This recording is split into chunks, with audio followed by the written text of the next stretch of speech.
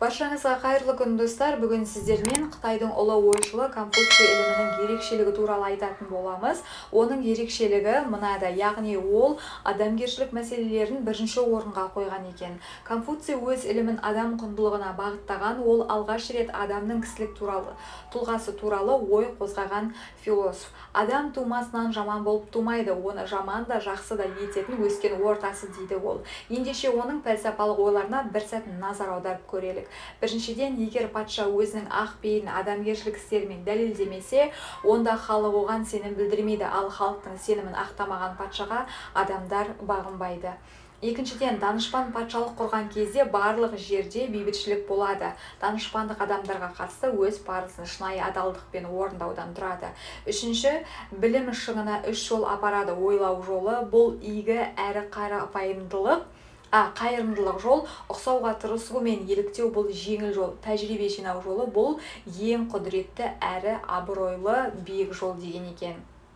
Төртіншіден, егер біреудің тірі жүргенін көре алмасаң, онда сенің жеңілгенің. Бесіншіден, егер елде тазалық пен әділеттілік болса, онда іс-қимылың мен әрекетің еркін болады. Ал әділетсіздік тамыр жайған елде еркін жүргеніңмен аузыңа ие болғаның дұрыс. Алтыншы, біреуден кек алғың келсе, оған және өзіңе орқас. Жетінші, ақиқатында өмір сүру жеңіл, бірақ біз оны күрделендіріп жібереміз. Сегізінші, ұстамсыздық ұлы істі құрбандыққа шалады. Тоғызыншы, қайырымды адам өзіне талап қояды, ал мәдениеті төмен адам өзгеге талап қойғыш келеді.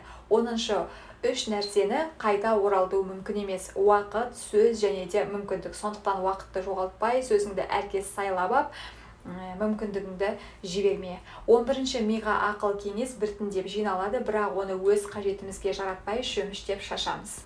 12-ші, аздап болса да мейірімді бола түссеңіз, өмірде ақымақтықты да көп жасамайсыз.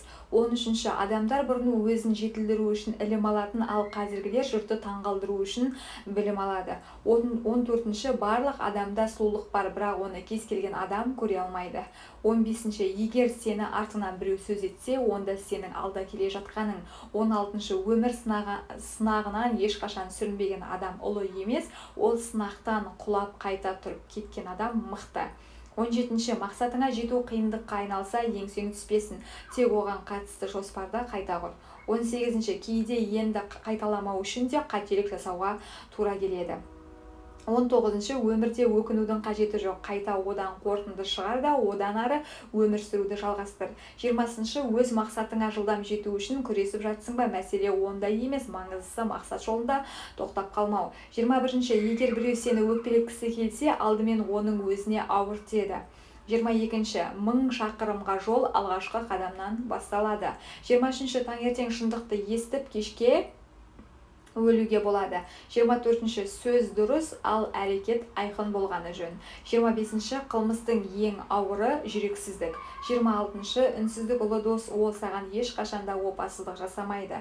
27-ші, біз өз көзімізге сенеміз, бірақ оған сенуге болмайды. Біз өз жүрегімізге де сенеміз, бірақ оған да сенуге болмайды. Есте сақтаңдар, ақиқатында адамды тану оңай емес. 28-ші, билеуші ал бағынышты, әке, ал ұлдың ұл болғаны дұрыс. 29-ші, жолдары әр түрлі көрінетін адамдар жоспарды бірге құрмайды.